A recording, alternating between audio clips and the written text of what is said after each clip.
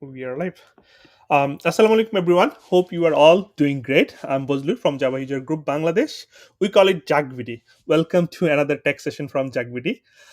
So today we're going to interview Nicolai Parlog. As you can see him over here, he is a Java developer. He's joining us all the way from Germany, and he's very enthusiastic about Java and very passionate about sharing his knowledge with fellow developers, with you guys. In fact, so currently he works at Oracle as a developer advocate. Am I correct, Nikolai? Yeah, that's correct. All right. So he knows the everything almost about the recent happenings. The innovations, the upcoming addition to the Java ecosystem. So he knows almost. You can ask any sort of questions about him related to Java, whatever you want to know about it, right? So yeah, without further ado, let's start this session. So the let me tell you a little bit about this session. Would be more of informal and interactive. So the idea is I'm going to start interviewing him, asking a few questions, but most question we are expecting from you guys. So feel free to ask any sort of question related to Java, something you like, something probably you hate, or you want to inquire something about the upcoming features that you are waiting for a long time. So feel free. It's your time and it's an opportunity. Hey, hey, Nikolai, how are you doing, man? Hi, Baslo. Thank you. I'm doing fine. How are you? Yeah, I'm doing fantastic. Although this is winter over here and the temperature is like pretty low. It says -7 degree today, but it feels like I'm sure it's got. We have a extreme cold winter alert over here going on. So it was like last week. It was pretty much under 20. Degrees Celsius, so it's pretty cold out there. But I'm at home, so I'm comfortable. I'm Oh, wait. how, So how under below 20 is cold, yes, and yes. right now it is 17. Did you say? It's saying -7. Today is a bit Oh, warm over here. okay. Yeah, -7. Uh, That -7. That's actually cold. Yeah, that's cold. but the other days it's even more colder over here. So Yeah. how are things over there in Germany? Yeah, they're fine. So at the moment, I don't actually know what temperature is outside right now because I haven't been out today yet. Well, I'm looking it up right now, so I can tell you.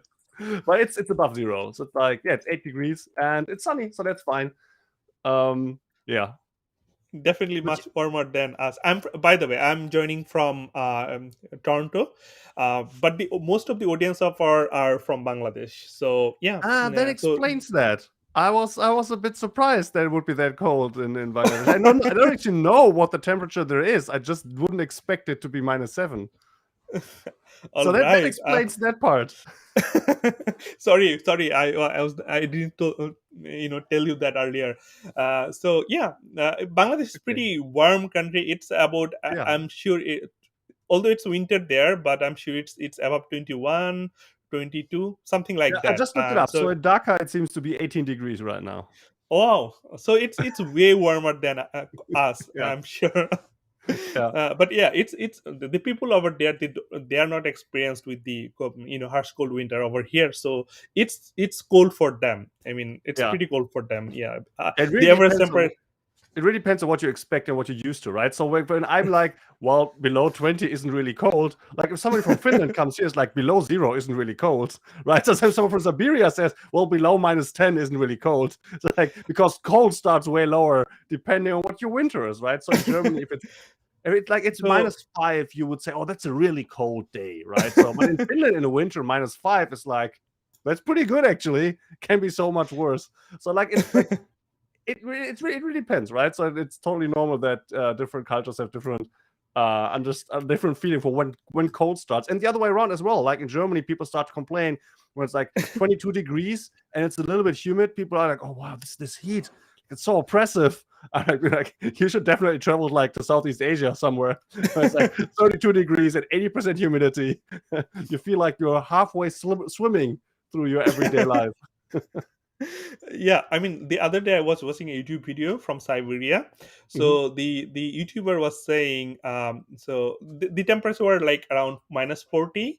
and she was saying it's a normal temperature. It's not that cold. We are used to it. It's fine. Yeah. We only worry when it goes beyond -50. Wow. I mean lower than -50. That's when they're worried. Other than they're fine. Yeah. See.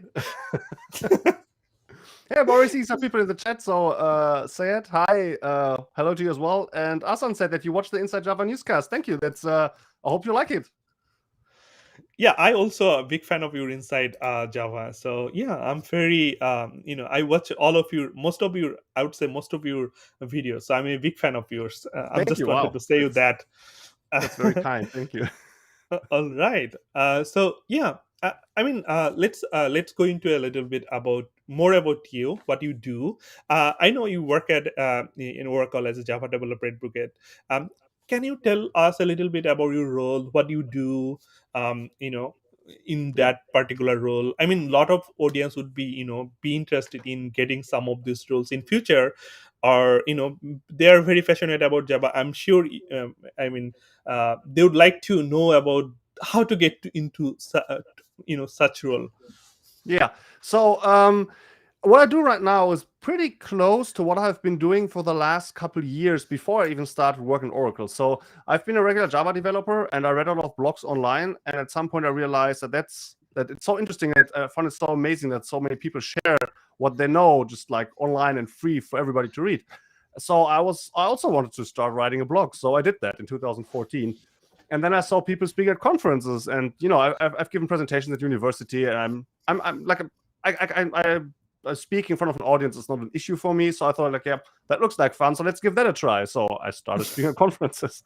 And then I saw people on YouTube and on Twitch do different things. I was like, I want to give that a try. So that's like, it's always how it starts. I like, well, that looks like fun. Let me try it.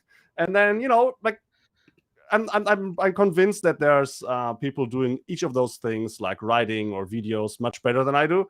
But I'm holding up well enough. So I did all of these things, and then they started to become a large part of my everyday work and everyday life. And then that was going quite well because I started to be self-employed, and then I did trainings, and trainings require a lot of front up work to get the trainings together. But then each training day itself is pretty well paid, so you don't have to work like 60% of your days. You can actually just work every other week, a couple of days, put in a good training, and then that's enough, right, to have enough money to have like a decent life. So what I basically did, every time somebody would pay me better, I would just work less because I was enjoying doing this other stuff so much. And so then in 2020, in October or November 2020, Oracle reached out and said, look, we're doing this Java developer advocacy. We want to build our team. You're doing a great job. Do you want to keep doing what you're doing just full-time, as a full-time job? And so basically for me, that has been very continuous development. Like when I started working on Oracle, not many things fundamentally changed. It just meant for me that now I have all the free time, all the time to work on that stuff. So I don't have to, like actually spend productive time like programming anymore. I still enjoy that a whole lot, but it's not like I have to go to a client and be like, well, I want to code some Java 8 code base for 4 days a week. So then I can spend 2 or 3 other days of the week doing YouTube videos. No, now I can just focus on that thing, on sharing knowledge and also learning. I spend so much time like reading JABs, trying to keep up with mailing lists, although that's very tough. I don't do that very well. But still, like, and just having community discussions. I have a Discord, for example, where people hang out and talk about these kind of things. And I occasionally get Twitter DMs. I try to reply to questions on Stack Overflow when I think they're interesting. So that's a lot of small things as well here and there that don't, show up a whole lot. It's not like the YouTube channel that's very obvious that's something I do. But there's also small things that are not quite that obvious. Still fun. So that's what I do now. So really, it started in 2014, and then like 6 years later, Oracle basically asked me to do this full time. I mean, they're not the only company who do developer advocacy for Java, right? Of course, but they're the ones that do develop Java, so that's why they're especially interesting. So yeah, like if you do want to do this, then the way to get started is probably getting into a habit of writing and speaking.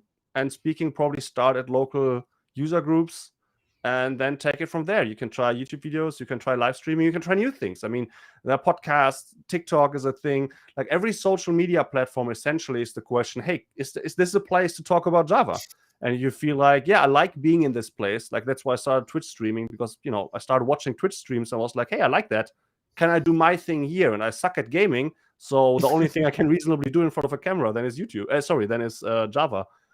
So if you want to do this, then I really recommend, like, you should like the process of writing and creating a video and doing a live stream or giving a presentation. Not all of those things, but at least some of those things, because like that's what your everyday life is then. And like if the goal is I want to be a Java champion or I want to be a developer advocate, that will only work for you if you do like the everyday business. And I can see lots of people who would say like, no, I don't. I would like writing a blog post every now and then, but I don't want that to be my job. I don't want to be in front of a camera as part of my income. I do this occasionally, but that's not. I want to keep coding a whole lot, right? Like if I wanted to code 3 days a week, I couldn't. I wouldn't have the time to do that right now. So there are a lot of trade-offs involved. So it's not necessarily a dream job for everybody. But if you like being out there and sharing what you know, then yeah, it's a pretty good job. I gotta say, it's pretty sweet. It definitely works for you. I mean, the way you say it, it's definitely fun for you, I assume, and you are Yeah, getting paid for what you like. So yeah, that's exactly. a fantastic combination. I mean, it doesn't seem like you are working anymore, right? It's your passion, Well, it's it's your not hobby. quite like that, but yes, it's fun. It's fun. Yeah, it's. I mean, like for example, I want to put this newscast out every Thursday evening, right, at my time. And sometimes that means like I start on Monday with the script, and then I don't have a good idea, and then in the afternoon I finally have an idea, and then it turns out it's too long, and then I have to cut it short. Then I start recording way too late, and there are late nights, right? So like specifically the last two, on Wednesday and Thursday, both nights, I stayed up way too late working on that video. I mean, like if I put it out a day late, Oracle's not going to fire me. They don't care that much, but I care. I basically made this promise every other week on Thursday. I want to keep it. And yeah, that can still be stressful, right? It can still mean that I'm up here, like, way after midnight editing a video, and then it's not that much fun anymore. Then it's actual work.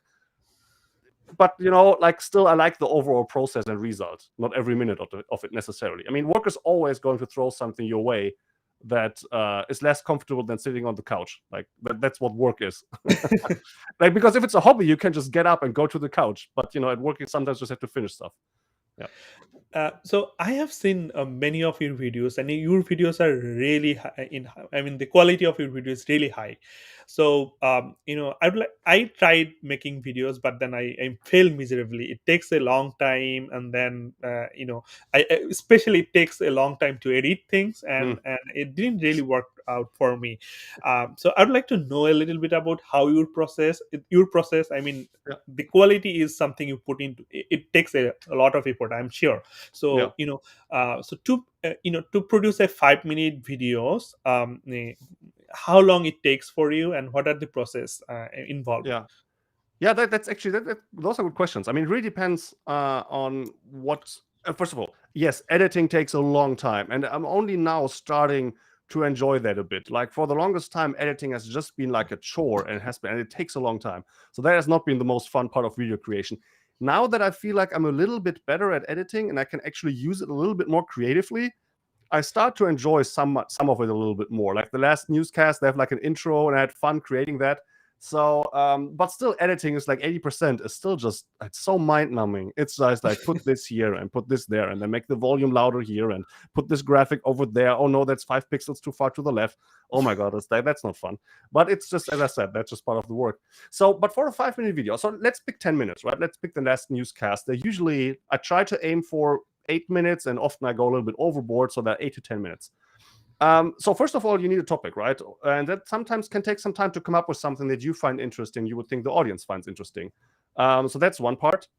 And it's hard to say how much time that takes. It really depends on how many good topics you have at hand. And then the second one is to script it, and there it depends on how much detail you want to do. Some people, like Jose, for example, for his Jeb Cafe, who's also having this video, his videos on on the Java YouTube channel. He speaks much more freely. He just like has an idea of what he wants to talk about, and he just puts that in there, and then basically just talks to the camera. And for my own videos on my own YouTube channel, I do that as well. Like I didn't do a lot of videos in a long time, but for the newscasts, I don't, because with the newscasts, I want to be really precise, and I don't want to be like, oh no, I didn't mean it quite like that. I want to really have every word to be perfect. So I script the entire thing. I write down every word that I say, and then wait, no, this is going to shatter an illusion, because I use a teleprompter for that. So I can show you, actually, it's here. So it's this thing that goes in front of the camera like this. You see, it doesn't make it. Well, if I put it on properly, you can't tell that it's on there. Now you can tell a little bit. And then you put your mobile here, and then it reflects, right? So then you can see your phone in the reflection of the light, and then you can read. And that's what I do. So I read from a teleprompter because I want every word to be perfect. And without this thing, it just takes forever, because I need a gazillion takes to get stuff right. Because I don't, when I say, for example, something is proposed to be in JDK 18, I want to say it's proposed to be in there. I don't want to accidentally say it will be in JDK 18, right? That's not good, because I don't know that. It's just a proposal right now. So that's what I meant. That's why I really want to get stuff just right. I want to find the right words and not overpromise, or and that means that writing the script takes. I'm fairly decent at writing, so I think for a 10-minute video, if I know what I want to say and I have it researched already, if I know the topic, it takes me maybe like an hour or two to write down the 10 minutes until they're just the way I want them to. And then recording takes about as long. It's not that long, because with the teleprompter I make way fewer mistakes. I need between maybe like 2 to 5 takes for each part. And the good part is that because I'm in this room, I'm right in front of the computer, I record every take individually. And that's important, because if you edit a video, you spend a lot of time looking for the good takes. If you record a video in you turn on the camera and you do a take and it's a mistake, and you do it again, later you have to find the good one. And that takes so much time. And also it's boring work, and you're looking at yourself making mistake over mistake. That's not fun. So what I do is I record, I do a take, and if I make a mistake, I just do it over immediately. And if I think, oh, that one was good, I look it over, I just watch it back immediately. And if it's good, I put it into another folder.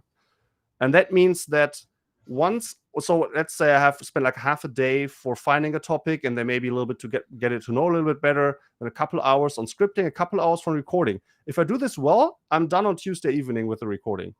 And then on Wednesday starts the editing, and I start with a rough edit, which means I just put everything in the video editor, and then take the good takes, just cut them at the beginning, at the end, and then they're just one continuous, me talking to the camera. There's nothing in between, like these title slides that I do. There is no code on the screen. There is no funny joke in there. There is no effect. It's really just the rough stuff, 9 minutes, me talking to the camera about Java. And that doesn't take too long either. I'm probably done with that by Wednesday lunch. But then starts all the small stuff, and that takes a long time. That takes the rest of the 1.5 days that I have.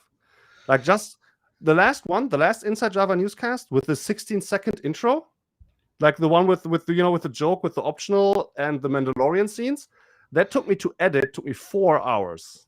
Wow. I'm good at editing, so that like an expert can probably do that in at least half the time. But I'm not an expert in that. But I wanted to have it because I thought it was a good and funny idea. So I did that. That took way too long. Like, I shouldn't have spent all that time, because that was also the reason why I had to work late on Wednesday and on Thursday. But it was fun to have it. I thought that was a good idea, and I wanted to put it in there. So yeah. So it takes most of these 4 days. I do other stuff on the side, like writing emails and reading Twitter and that stuff. But yeah, it takes most of those 4 days to get that newscast the way I wanted to. Yeah, I understand. The process. It's the only thing I worried about is, when I edit, I see a lot of noise. For example, I'm making sound that I shouldn't be making. So those basically, you have to cut each of those sound out, and it's extremely difficult for me. I tried, but then the motivation didn't.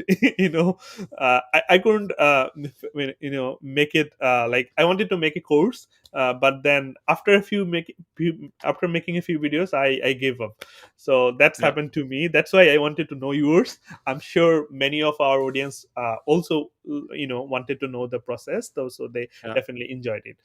But Jose, for example, Jose Pomar, he does it way faster, because he doesn't want to be every word perfect. He's just fine with like most of them being really good, and he's good at speaking to the camera freely. So he does that in like, I don't know, like at most half the time, the entire thing, probably faster, right? So if you if you're better at just speaking at the camera without making a mistake, or if you don't mind if there's like a small word was not perfect, then you can do this much faster, right? But generally, video is work intensive. Like just having just audio for a podcast or just writing for like a blog, that's easier. It's like, because it's a combination of, you have to get the words right. Now you don't want to look like, what was I going to say? So as I said, you don't want those on video either, right? So those sounds. So you have to have, like, in video, it's much harder to get good video than to get good writing. So I think video is probably not the easiest way to start. But hey, if you do TikToks, like, they can be much more, or YouTube Shorts, they can be much more, like off the cuff, just more like, even with a shaky camera, just, I'm going to tell you like this 30-second thing that I found out today that could work well on social media. And that's fine. That doesn't need a whole lot of editing. So you don't have to start with, I want to create a video because I don't want to create a video like the way the YouTubers do, the big ones, because the big YouTubers, they're really good at their job. Some of them are professional editors, many actually. So they do that for a living, editing videos. Like, you can't compare yourself with that. So it's fine to start small. All right. So let's go into a little bit fun part, which is, there is a question. Among the, all. I would say everyone sort of started asking this question. Not everyone, but at least many developers are asking these questions. Which is, recently we see that the popularities. Java has been popular language for many years, even decades, I would say. But then recently it declined due to the fact that Python is getting more popular than Java.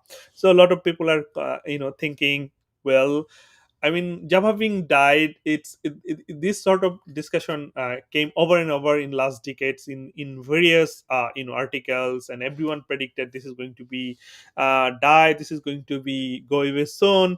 But then it was most.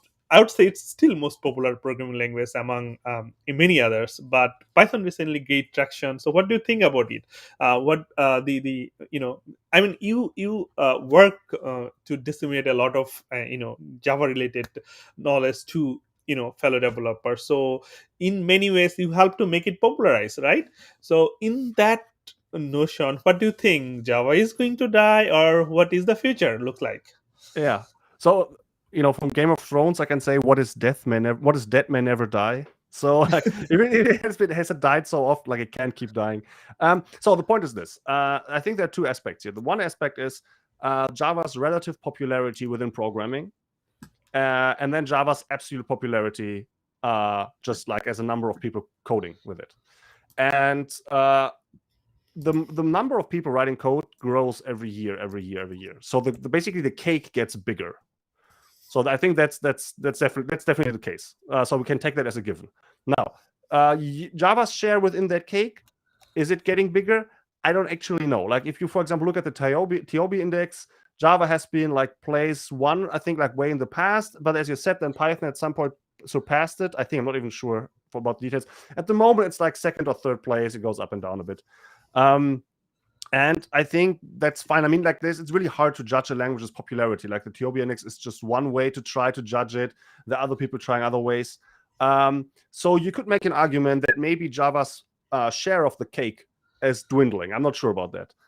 Still, by what I see from the amount of interest, I would say, even if Java's share is getting smaller, because the cake is getting bigger, Java's absolute cake share size is still increasing. Right? I feel like there's always more new Java developers than people leaving.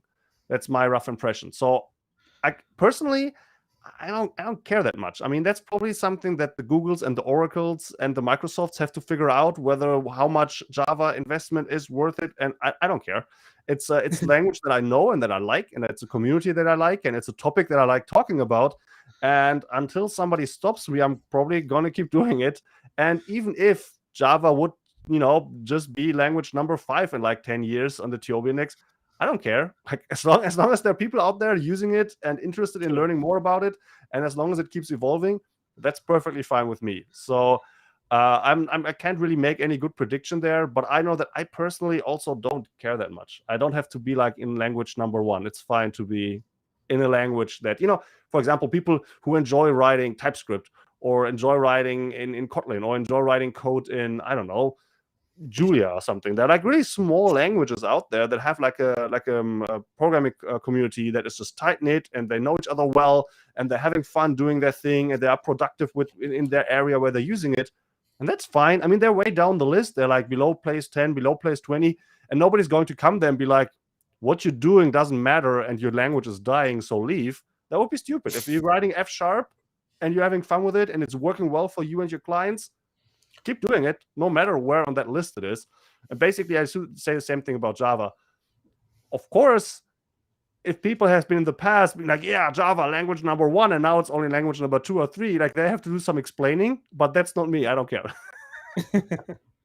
Yeah, I mean, the way you put it, it's really I mean, I like the way you put it. I mean, about the example you have shared, the cake metaphor, I really like that. Yeah. And probably next time I'm gonna use it. So Yeah. I'm going to borrow that idea. Yeah, I mean that's true in many areas, right? So it's also true, as I said, I think the Java overall grows. So also, like, if you look within Java, where you have different JDKs and different companies working, and they're also an interesting situation where they all want to get a larger share, because that's just what companies do, right? But also, since the Java cake, it looks like even just the Java part is growing, there's also various strategies there. One strategy to make your part of the Java cake larger as a company is, you could try to say, we're better than that other JDK provider, that other JDK company. So basically, you're trying to make your share relatively larger.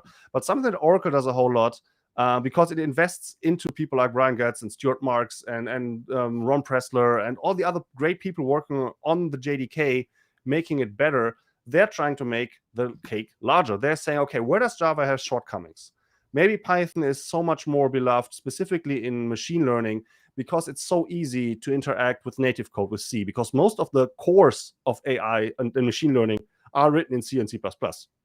They're not written in Python, but Python just makes an easy wrapper. It makes it easy to interact, and also Python has pretty good visualization libraries to make it easy to have 2 graphs and to make to evaluate what you're doing.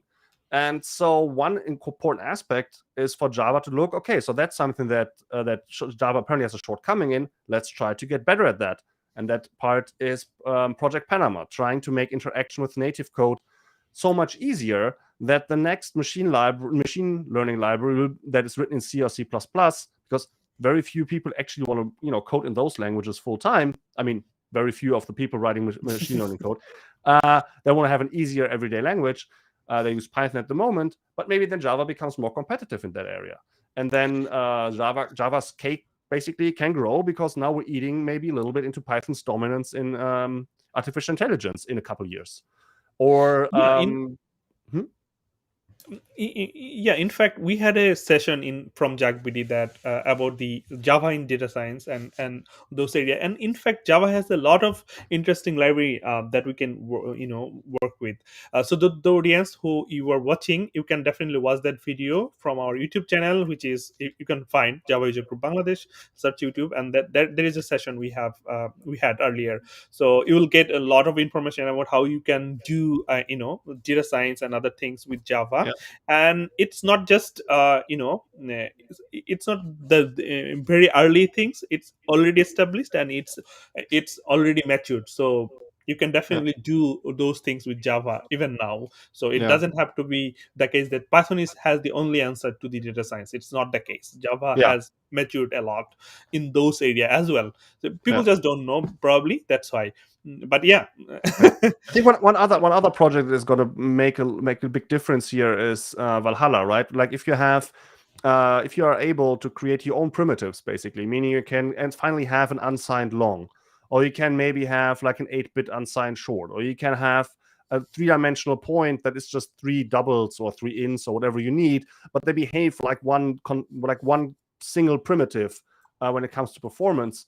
Those kind of things will be something that make Java in that area, or has the chance to make Java in that area, much faster in this number crunching part. And then also that makes it much more interesting to write this kind of code in Java. Another part of Panama is the Vector API, right? So the Vector API allows you to write code that runs faster on your CPU when it comes to numerics. So your CPU has something, It's called, I think, vectorized arithmetics or something. I don't know the exact phrasing.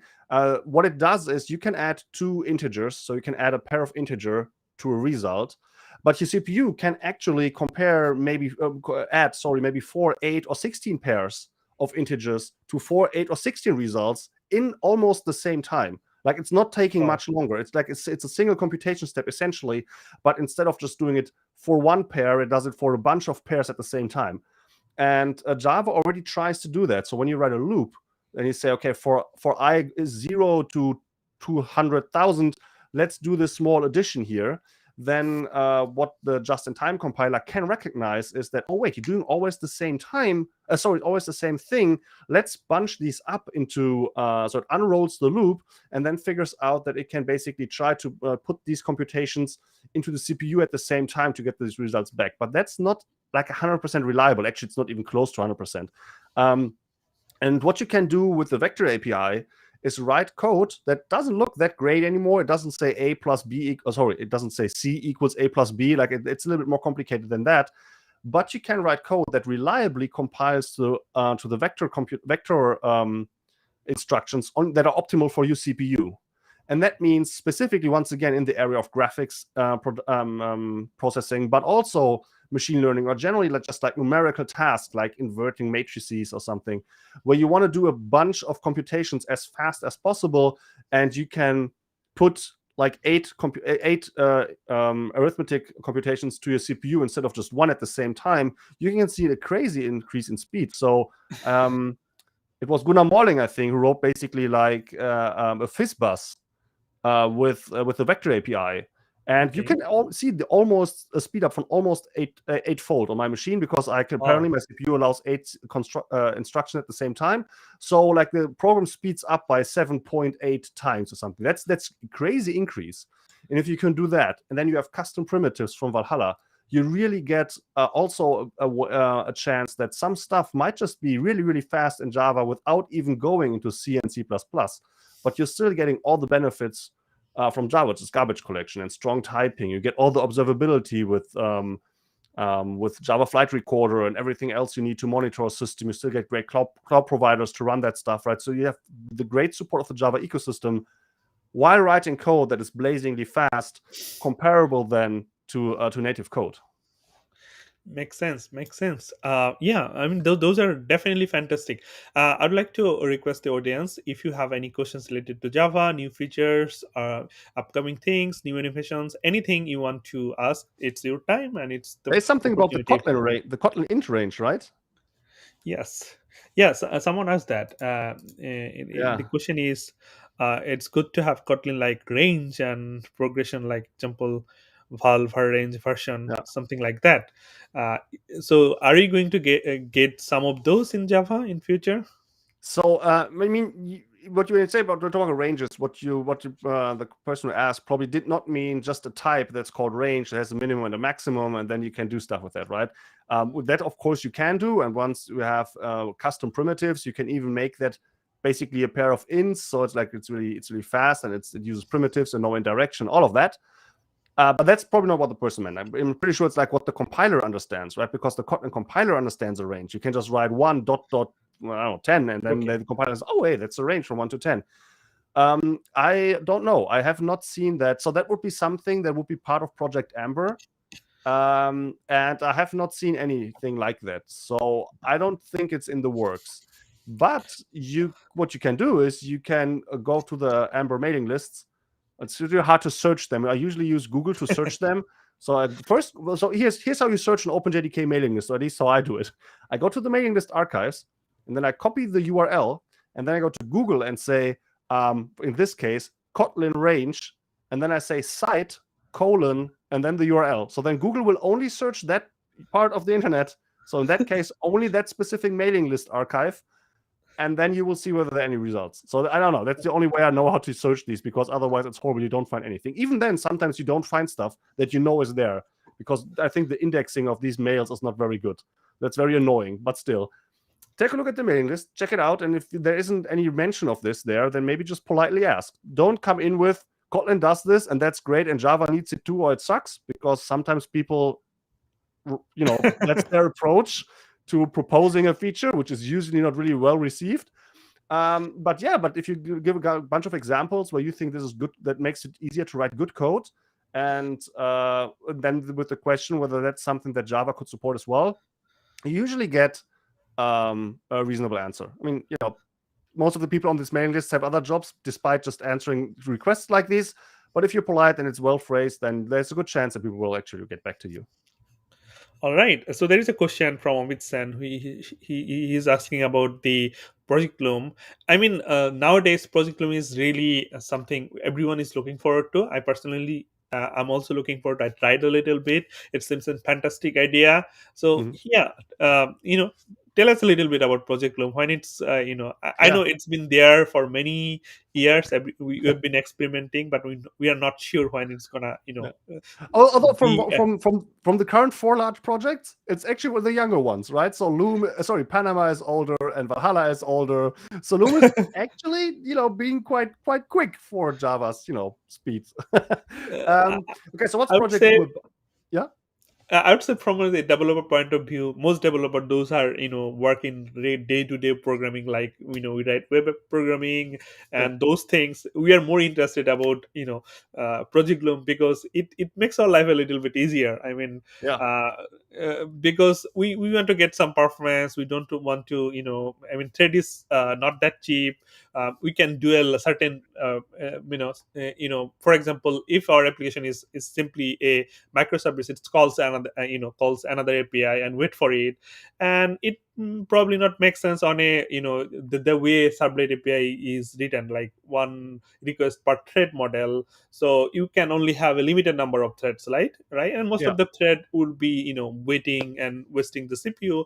So perhaps if we have a Project Loom and we have a the way it's structured, then we will get more benefits out of the available resources. So there are other alternatives, for example React API, but it's extremely tough. I mean, for a starter, you have to understand the huge the mind shift. The code is even not readable when you are trying to make sense, right? So that way we know the threading model, I mean, pretty straightforward. So what do you think about it?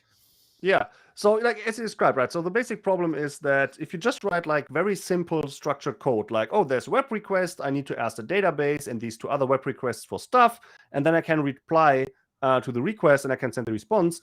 Then if you get you get a thread like the Java capital T thread for your request, and then it blocks for these 3 things.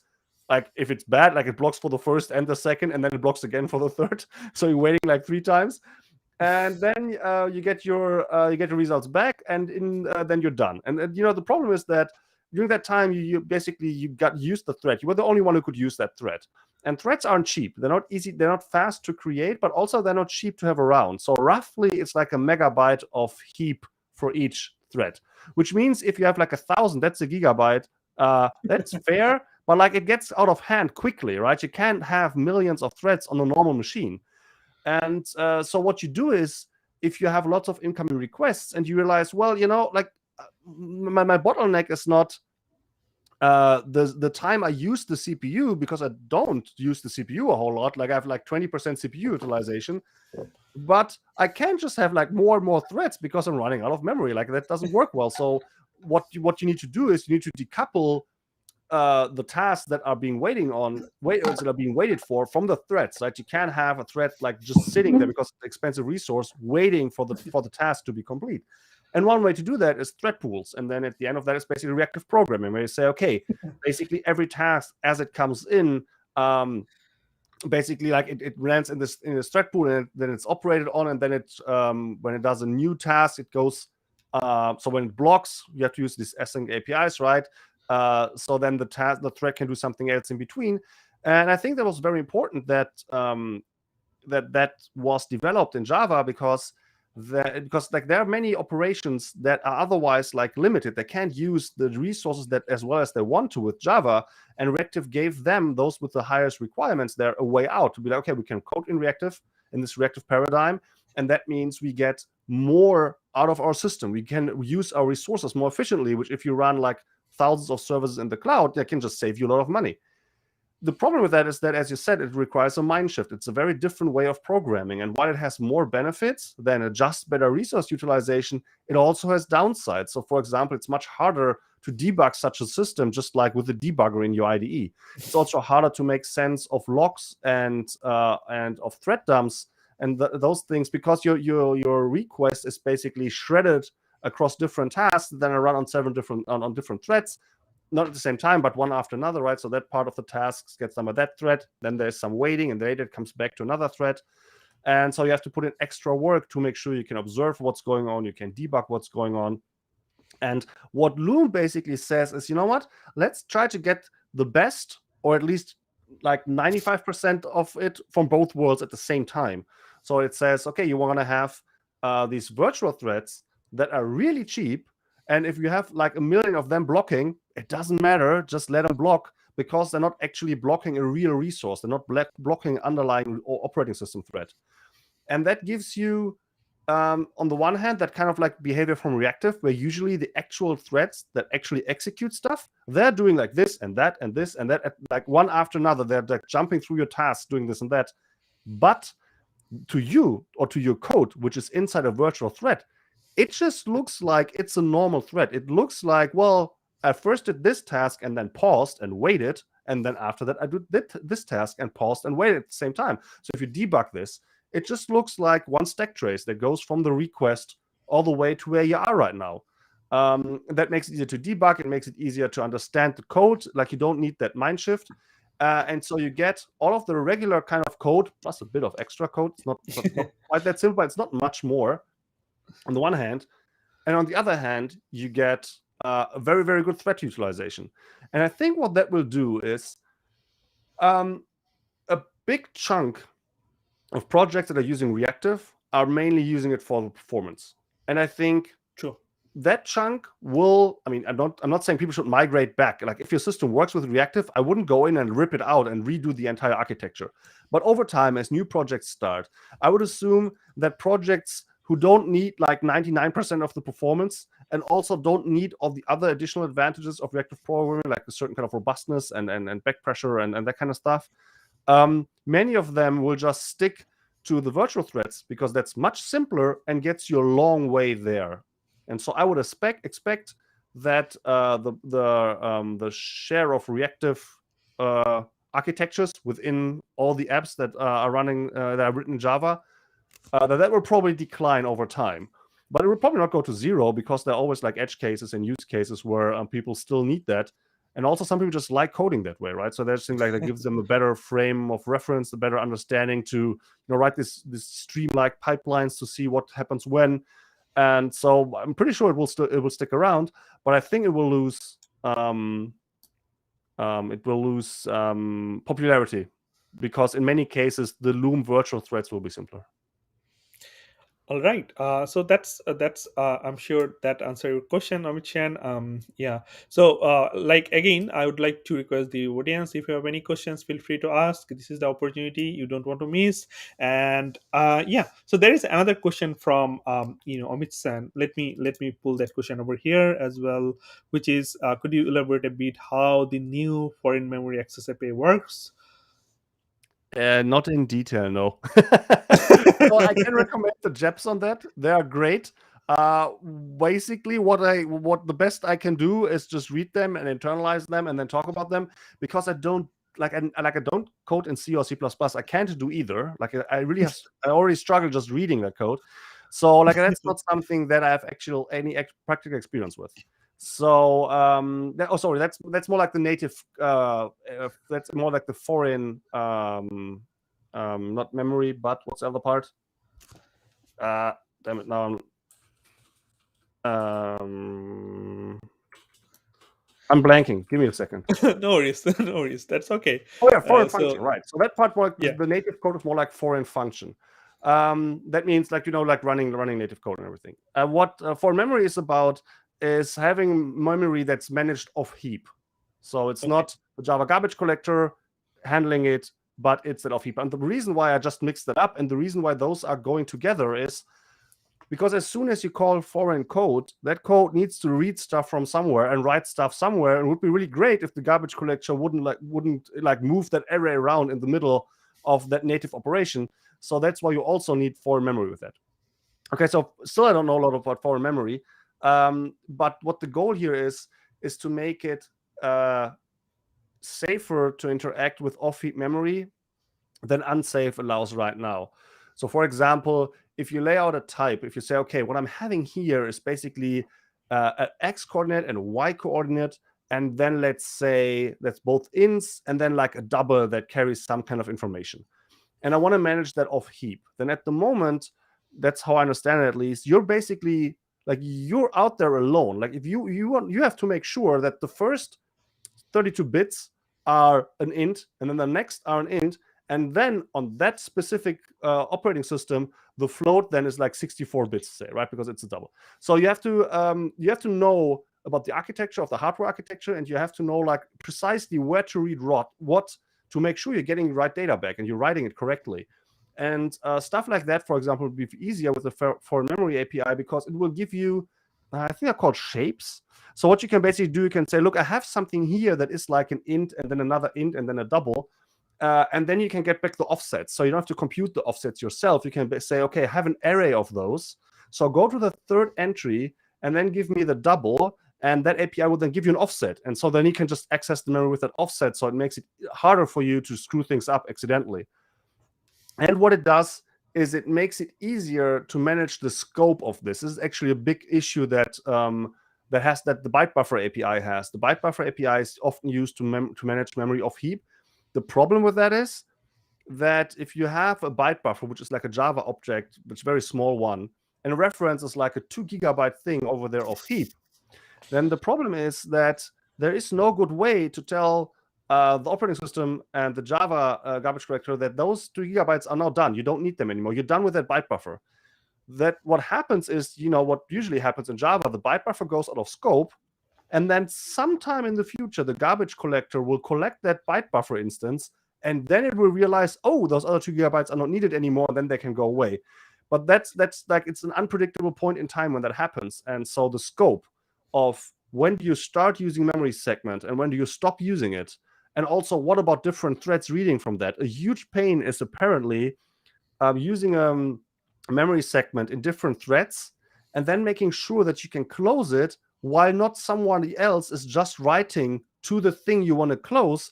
Because if that happens, you close it, you say, well, that memory is no longer needed, but that other write operation is still running, and then it has undefined results. Maybe it writes into a memory area that is already reserved for something new, or maybe the write just fails and then that thread just dies or something. So you don't want that either. And that's something that the memory API is dealing with. What I can recommend is to look at JEP 419. I will send a message to Bazlur here. Show that, so maybe he okay, can. I can send this link over here. Let me try that. I can show that over here. So that's the link. Yeah. Yes, it's 400. So if you can search Google JEPs 419, then you will definitely get this link. So you can read it for all the information are laid out there. It's the single entry for all sort of Java Java stuff, new things, new innovation, old things, whatever you want to get. Whatever the information you want to get accurately, this is the place, which is openjdk.java.net. So it doesn't have to be this one. It can be anything, basically any information that you would like to know about Java. So go into openjdk.java.net. That's where all you get. So yeah, that's I'm sure that's answer your question. So there is another question over here. Let me go into that, which is it's about the project loom. It's about the project loom. It says if they provide a virtual thread, when the virtual thread executes, will not context switching happen? I mean, as we know, context switching is costly operation. So basically, he wants to know how virtual thread works. I don't actually know. That's a good question. I don't know how much context switching, how much of an impact that has on performance. So I can tell you one thing. So I did a local test, and what I did was I basically wanted to figure out how many files I have in a given folder and what size their files is. So what I did is I wrote a simple Java method that just says, okay, I get a path. So what I'm going to do now is I'm just going to list all the other content in this folder. Could be other folders, could be files. And if it's a file, I'm just asking the file system for the size. And if it's a folder, I'm just going to call recursively the same function again. And I did this with my home folder, and that has I forgot the detailed numbers, like 2 million files and folders or something like that. I forgot the details, but it's a lot. It's a lot of those. And the one implementation works just as I described it right now. So it's a single thread recursively going through this entire tree, collecting all the information. And it on an SSD, I have a pretty fast SSD. And when I hit the cache already, so when I already run this program once, the first time is slower, but the second time the disk cache kicks in, I get that result back in about 20 seconds. Okay. Oh. And then what I did after that was you know what? I'm going to do something else. For every single folder, I'm going to kick off a new virtual thread. So it's no longer one single operating system thread or Java thread going over this. Now it's like a million at least and more virtual threads running at the same time, right? Basically, so at the first top level folder, which has 20 subfolders, there's 20 virtual threads. And then immediately there's hundreds and then so on and so forth, right? That took 7 seconds. So, wow. I mean, now you have to say this is not a perfect performance measurement, right? But I'm just saying it became faster, even though I kicked off, as I said, millions of virtual threads. So I'm under the impression that context switching isn't a big problem here, but I might be wrong, right? So I think that's probably a question that would be better asked on the Project Loom mailing list. All right. They can give you a detailed answer at least. By the way, the experiment that I just told you about, I put a Loom laboratory online, which is very simple,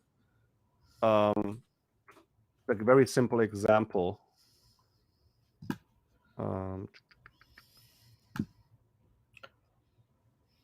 You can show the website if you want to. Yeah, just you know what? We can just share my screen for a second, right? Let's do that. Yes. Let's share this thing here. Okay, so it's github.com/nipafx. So anyway, if you want to look for my blog or my Twitter or my YouTube, it's always nipafx on all these platforms, on GitHub as well. And so Loom Lab is the repository. And it has two experiments. One is that collects the disk statistics, and the other one is the Echo. It's an Echo client, a very simple one. And so the code is very straightforward, actually. If you look at the Loom code, we have the disk thing here, and then there is the virtual thread analyzer. And the way it works, you can see that here. So this is the function that says analyze that folder with that path. And what it does, it says, okay, let me. This is a structured concurrency Loom API, but what it really does is, okay, give me all the content of that folder, and then I'm gonna take that. I'm gonna ignore all symbolic links, and then for each entry that remains, I'm gonna do one of these two operations, depending on whether it's a directory or not. Okay. So either recurse or not. So this means when you have 20 entries in a folder, then at this point you have a stream of 20 tasks, 20 callables to be exact. And then I just fork each of them. And in the end, I join and wait. So that's it. So you can see that here, and you can run that on your system. And if you have a fast hard drive, I recommend to find a suitably large folder. Because I first tried with the folder of this code, or I first tried with the Maven repository. And that was way too fast. You couldn't get it was just below a second or something. So there was no really time difference to be seen. So give that a try. All right. So try out Abdullah Khan. So this is probably. I mean, I'm going to try it definitely. This is going to be a fun experiment. Let's see, find out. So there is another questions over here about project. How do we pronounce this? Leiden or something like that? Yeah, I think Leiden. I'm not sure actually. Yeah. So I think Leiden, that was a guy who had an electric jar or something. I looked it up in the past. What was that about? Electric. It's something with electricity. I forgot. Leyden jar. There it is. The Leyden jar. Okay, so that's apparently where the name comes from. Oh, okay, interesting. Yeah. So is there any progress? That's a good question. I don't know. I haven't seen any. That's all that I can tell you. So here's the thing. While I do work for Oracle, right? And I'm even part of the Java platform group, which is the group organized working on Java. I'm of course not a member of the engineering team because they're writing the actual code and then doing all the hard stuff. I just record YouTube videos. So occasionally I will ask, like somebody like, how did you mean that? What exactly is the implementation or other detail in that specific recommendation? Is that specific proposal? But what I try to avoid is asking them about how is this project going, how is that project going, and that there are several reasons for that. One of them is they're pretty busy. I don't want to keep annoying them. And also, like, there are just two kinds of answers. One answer is the official answer, which you already know, and the other answer is stuff that I then cannot share. So where's the point in that? So explicitly don't ask that. I never ask Brian. So Brian, primitive types. I saw the JEP. Tell me. Just the two of us. When will it be done? Like, I don't know whether he would tell me, but if he would, I couldn't tell you. So once again, where's the point of that? So I just don't know. So Leiden, all I know is what I can see on the mailing list, and I think that's not a whole lot. All right. So we are almost top of the hour. So we have only few minutes left for this session. So those who are watching, if you have questions, this is the time. And yeah, so this is your last opportunity. If you have any questions, feel free to ask. We definitely try to as much as we can and answer your questions. All right. So yeah, Nicolai is trying to share the Java mailing list. Yeah. So just to say, so Leiden apparently neither has a mailing list nor does it have like a project site. So usually you can go to Open Jdk Javanet/projects/ the project name, like /loom, /valhalla, /amber, /Leiden gives you a 404 not found. So I would say the progress, there's probably not much progress at this point. All right. So we have a few questions over here. Let me pull one of them. So the next question would be from Said Hassan. What will be the future tradition of Jakarta-based enterprise development? Will microprofile dominate in the upcoming future? What are the future of other frameworks like Workers? I don't know how to pronounce that. I say Helidon I or think. Helidon. yeah. I So do you actually have don't know. any? So I'm not steeped into the JEE space at all. I don't know what exactly is going on there. I know roughly that Quarkus and Helidon do something with web and Gra. That's like the extent of my knowledge. So I don't know. I really have no idea. Neither do I mean, for example, for me, my go-to framework is Spring. So whatever, if I have to write anything for web application or any microservice, I'll probably go with the Spring. I'll probably do an experiment with Quarkus or Helidon, but probably not. I don't know. I mean, Spring is something my go-to because I know that I don't know others, so I'll probably not use any other framework yet. But if it is a requirement where I'm working, then I definitely have to. That's an option. But if I have to choose, then I'll probably go with the Spring always. So I don't know. I don't know even. So there is another question over here. Let's see if we can answer that question. For a small data set like 10 to 50 data, will Stream API be overhead in terms of performance, or should we stick to Stream because it's a declarative and functional approach? So my approach to performance is always ignore it with an asterisk. So two things you should keep in mind when ignoring performance is don't do things that are algorithmically stupid, in the sense like don't do something that you could do in linear time in a nested for loop in quadratic time for no reason, right? So avoid that one. And then the other one is measure it afterwards. Like if you have specific performance requirements yet you have to meet, then that necessarily means like you can't just say like I want to be fast. That's not a goal to have. Like you need more specifics. And that means if you have like specific requirements, like the 95th percentile of this request should come back within, I don't know, so and so many milliseconds or seconds. If you have those requirements, it also means you then need a way to verify that you fulfill them. So you need like a performance suite that runs your app, runs a bunch of performance tests against them, gathers the numbers, and gives you feedback. If you like, that's, to me, that means like that's the thing that you need before it makes really sense to start talking about performance. So assuming you have those things in place, then I would say, but actually the answer is always the same, use streams where you think it makes your code more readable, easier to maintain, easier to understand. That's the important part. And I think Stream APIs have a bunch of upsides in that regard. Another aspect that I like is I try to work with less mutability, and returning a list always means you're returning something that either is actually mutable. So, hey, my user has a list of orders. Great. Now everybody can put orders into that list without, the user class noticing it. That's not good. And the other situation is, well, I give you back an immutable list because I don't want you to add stuff, but it still has the add method, so somebody could still try, and then there could be a coding error down there. So what I, for example, like to do is returning streams instead of a collection. My user has a list of orders. Great. He returns a stream of order. And because then there is no mutability. Everybody knows, well, I just have to make do with this stream of things that come by. So there are a bunch of reasons to use stream. And I would say if those apply and you feel better with, or you prefer the code that way, go use them.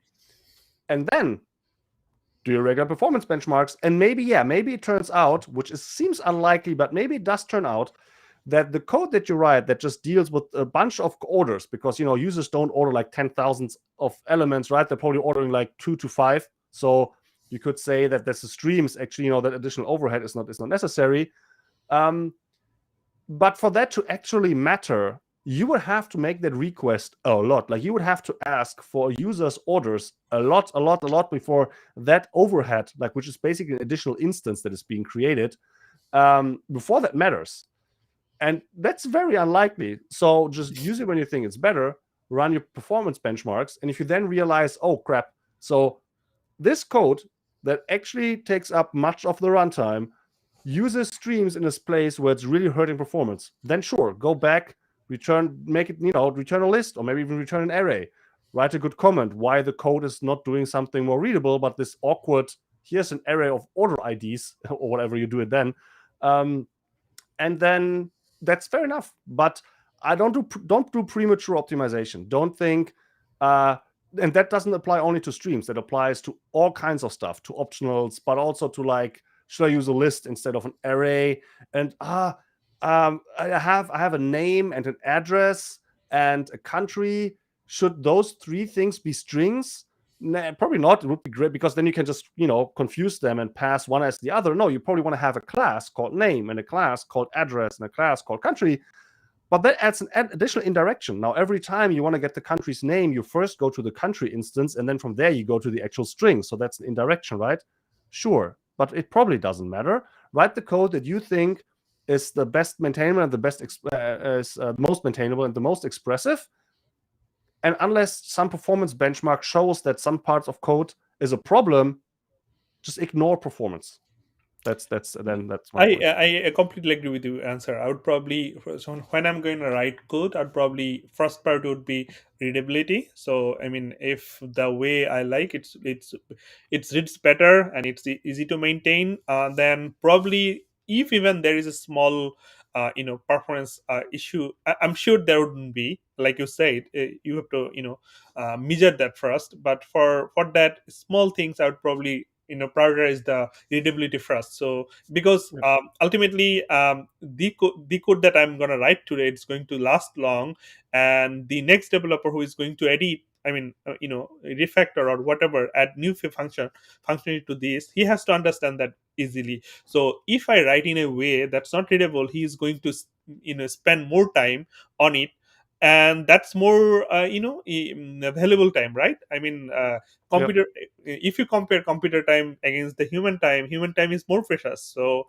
if he can understand the code in an hour instead of 2 days, that's better, right?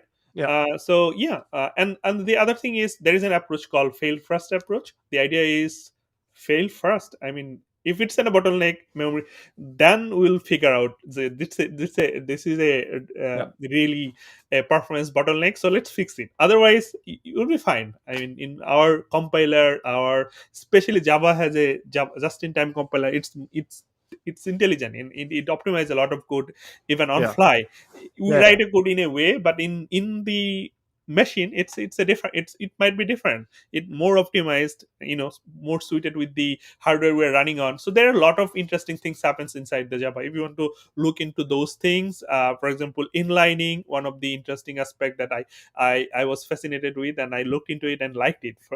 For example, if a method, let's say, let me give you an example. Let's say you are calling a method and it always returns the same value.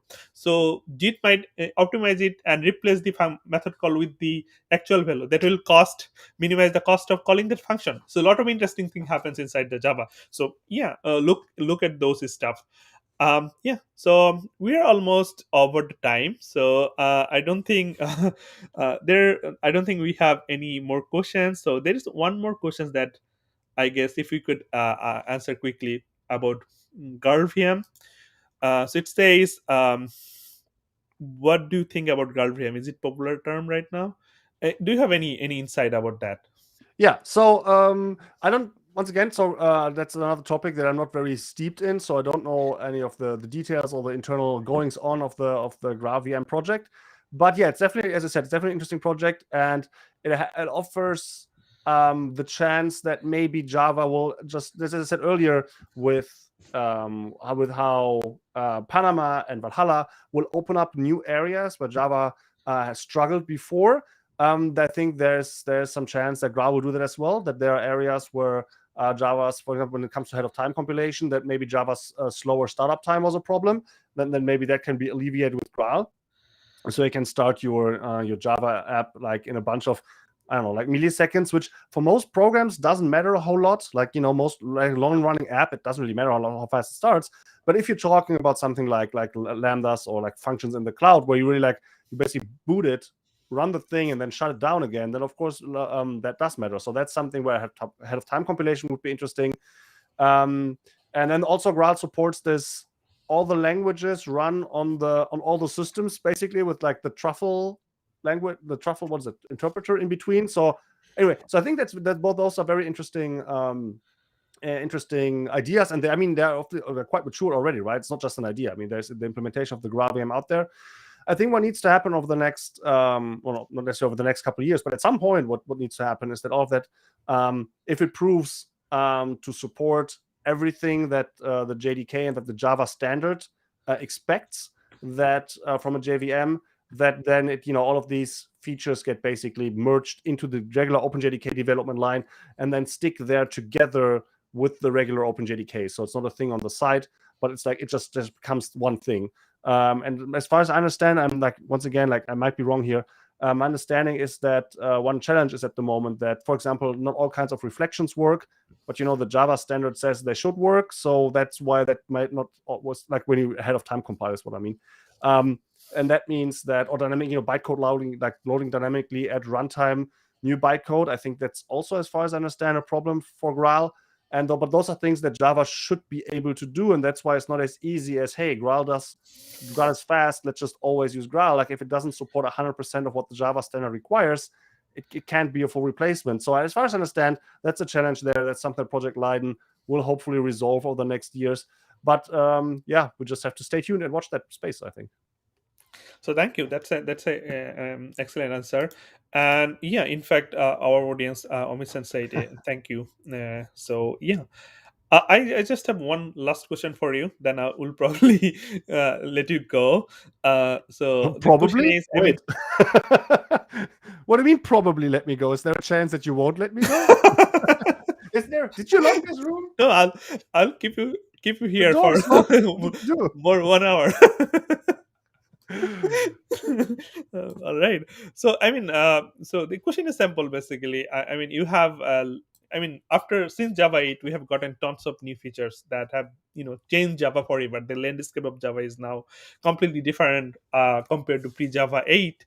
We now Lambda expression, Stream API, and many more interesting features coming. For example, we have now record, we have now enhanced switch statement, we can use var, so a lot of interesting features. So if I had to ask you to pick three that you like most, what would those three would be? So after 8, right? So I cannot say lambdas and streams, I guess. Because Yeah, lambdas is pretty big. So the interesting thing is that much of the things that have been happening, specifically in Project Amber, much of that, not all of that, but much of that is not really going to revolutionize how we write Java code, right? So for example, multi-line strings, they're very cool, but still it's the same Java code as before, just like it's easier to use in that specific case. var also mostly like that. var is like a local improvement, right? So you don't have to be redundant in the types that you mentioned, because it becomes a little bit more readable because all the names are easier to read and aligned. That's great. But the Java code still like operates the same thing as before. Whereas Lambda expressions really changed the way we thought about writing code, right? So just passing functionality back and forth is much, much more common now. So what we would do in the past, you call an API and you configure that API. You tell like, okay, so I want to do this and I want to do that, and here's another command line flag with a Boolean like true false thing to that. And what's much more common now is just to pass in a function that maybe does that in the specific place. And the stream API is the obvious case, right? So when you call a filter, you do not pass in an element against which to compare the other elements. You don't pass in a configuration, or you pass in an action. You're saying, look, give me the element, I'll do the filtering, I'll do the check. So that's basically the strategy pattern on steroids everywhere in Java now, and that really changed at least how I thought about code. Made me much more interested in functional programming, made me much more interested in like the concept of immutability. Reactive streams play an important role there as well, right? So using something like reactive streams without lambdas is like, or like just even the regular stream API, you can, but do you really want to?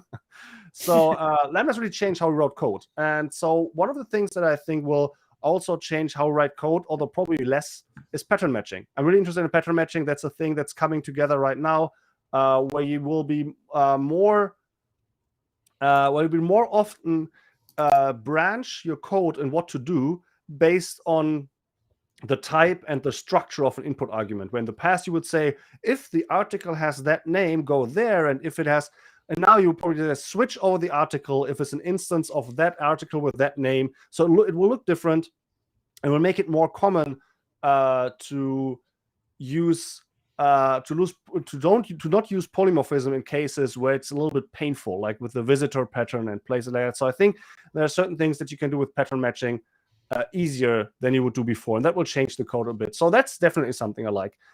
I like the module system. That's not a very popular opinion, but I do like it.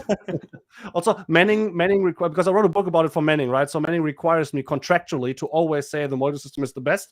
So there's that. Okay, so that leaves one: module system, pattern matching, or I'm probably going to records are just great. They're so much fun to use. Like in the past, it was like, oh crap, I need a pair of a name and an address. What do I do? Like, do I create a new real class, or do I just use like an array of 2 objects? And no, that can't do that. Can I use a map entry maybe? Because it's kind of a key to value situation. Try to convince myself of the least painful way. And now I'll just write a record, a one-liner, which is called name and address, which has a name and an address.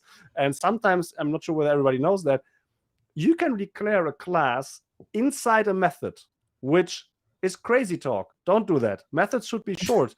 You don't want to have like a full-blown class, like 20 lines, within a method that's supposed to be not much longer than 5 lines. Hey, but a record is just 1 line. And if you need an abstraction within a stream pipeline, for example, where like, okay, I need that information, but I also need that information. How can I put those together? You know what? Go all in. Just have a record in the freaking method right there that just has the thing that you need. It's a one-liner. To put it together, take it apart within the next stream pipeline. Nobody knows. And that's just pretty cool. So that's why I like records as well. Hey, They're also so I doing have the list. one question. I never tried this. So let's say I have a method and I am declaring a record inside it. Can I return it?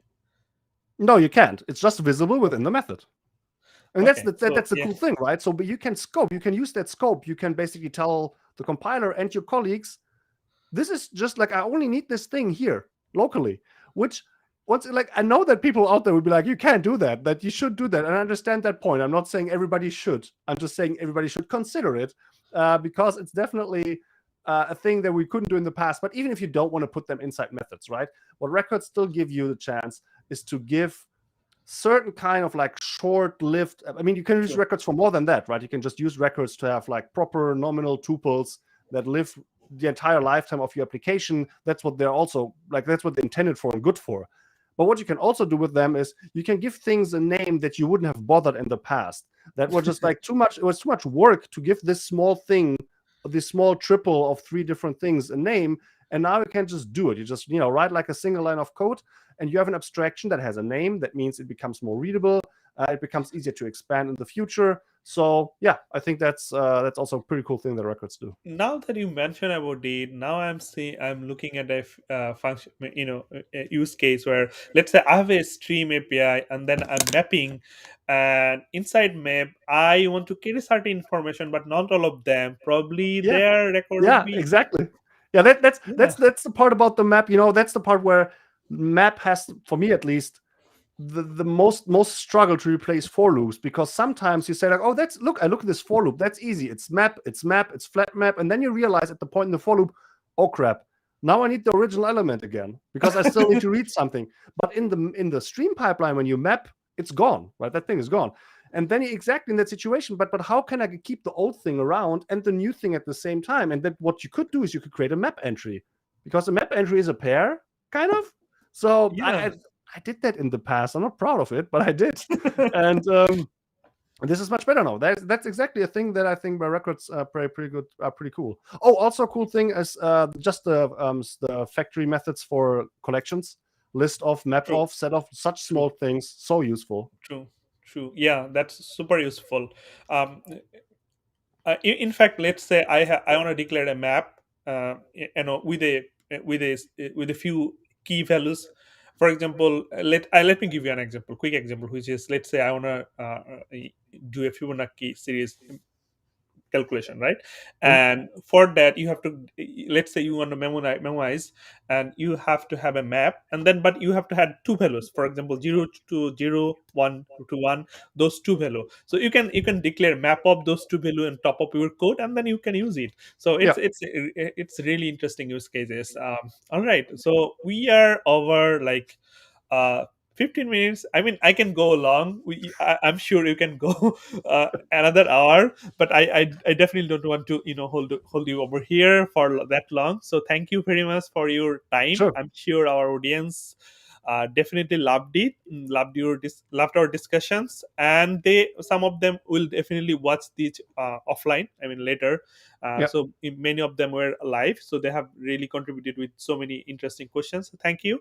And if you want to share something like your blog, your what they can yeah. subscribe to, and if they have questions, they can reach out to, if you want to share those information. Sure. Yeah. So as I said, my online handle is NipaFX. Like Java FX. It's actually the same FX. It's a stupid story, but there you go. So NipaFX is where you find me on Twitter or on YouTube, and nipafx.dev is my website. But what I want to leave you with that, and by the way, you can always reach out to me if you have questions about Java. I try to answer questions like in a public forum, but maybe if you have to ask a Stack Overflow question and you don't get a good answer, maybe you can send me a Twitter DM with the link. I can take a look. There's a Discord community, but that's linked on Discord. Sorry, on nipafx.dev. On the top right, you will find links to everything. But something interesting I want to leave you with is dev.java, which is something that we at the Java developer team at Oracle have been building over last year, which is a website that contains basically a great starting point for Java. And it contains a stupid amount of explanations, many of them written by Jose, which is excellent. He's doing a really good job there. Much of that is also an aggregation of existing tutorials that were already out there. So if you go to dev.java, at the top left, there's a Learn button. And that's a great way to just get started and to read up. There's already those are up to date, right? So there's pattern matching is in there, at least to the extent it's already supported. The module system is in there. Text blocks are in there. So all that new stuff is also already in there. So if you're looking for information on Java and you want to understand how to use a certain feature, then yeah, definitely go to, there it is, right. Then definitely go to dev.java and give that a go. And Yeah, that's a lot of interesting information over here. For example, if you want to go deeper with the lambda expression, Java news, getting started with Java, a lot of interesting information are here. And yeah, so for example, if you want to know about the concurrency, I mean project loom, this is one of the video that you can definitely look into, and a lot of interesting information over here. So pretty much it's finally it's a place where you can get all the Java related information as a developer. Probably if you don't want to go into the nitty gritty of, like, the for example, openjdk.net.java is definitely the great one. But if you're a starting if you're a fresh developers and you don't want to go into that technical documentation, this is the place where you definitely want to go and look into Yeah, and get some information. Yeah, OpenJDK is really mostly concerned, as the name says, with the OpenJDK, with the project itself. So it contains the list of JDK enhancement proposals. It contains the list of current running projects. It links to mailing lists and everything. But that's really, like, that's already what OpenJDK is concerned with, is how to develop Java, like how to evolve and improve Java, which is a great source of knowledge if that's what you're interested in, which I am, and which some of you obviously are as well. So that's a great place to go. But it's not a great place to learn about something once it's done. So if you want to learn about text blocks, yes, there's a JEP on that, but it's pretty good documentation already, but it's not the best that the documentation can be, and it's not embedded into the documentation. It also tells you how to use regular strings, right? So a JEP will just be concerned with the one topic. It won't do a whole lot of, well, in this case use that, and in this other case use the new thing. So that's really, it's not there meant to teach developers about a new feature, although it does that on the side, but it's more meant towards evolving Java and discussing whether this feature should be like that in the JDK. So go to OpenJDK Java.net if you're interested in where Java is going, and go to dev.java if you're interested in where Java is right now. All right. So thank you, Nicolai, for your time and your wonderful discussions. I really appreciate it, and hopefully we'll get you some other times Yeah, with the hopefully that new was a lot of interesting fun. things. Yeah. Thank you All very much right. for inviting me. And if you have the YouTube link later sometime, definitely shoot it my way, because I'm gonna put that into my pile of things I did, because that was a lot of fun. Thank you very Sure, much. sure. I'll definitely share the YouTube links to you, and those who are watching, you can definitely rewatch this later. And there are tons of other informations in our, YouTube channel. And let me share your website as well. I mean that would be fun. So that is, let me share that as well, so that people can go into your site and look into those informations as well. So yeah, let me do that. So that's Nipa X step. So this is your site. So there are lots of information over here. You will get a lot of, for example, this is more Should we see opinion it on screen right optional. now? Yes, I'm still streaming. Now, should we see it on screen right now? Because we're not. Oh, okay. Yeah, sorry about Oh, that. there it is. Yeah, there it is. Exactly. So that's the website, and you were going to get a lot of information over here. I mean, I definitely would like to watch his Nicolai's videos. He's super awesome videos, and the quality is extremely You're high, making me top notch blush. videos. You're making me blush. That's very kind. Yeah, I mean, I love those. So yeah, let's go over here. He has the articles over here, videos, codes, talks, and everything you want to get into. So it's a wealth of knowledge, I would say. So go. In fact, there is a someone asked about project Leiden, and Yeah, there's but a that's that's the only thing. That is not a serious article. It's a great read, but it's not a serious article.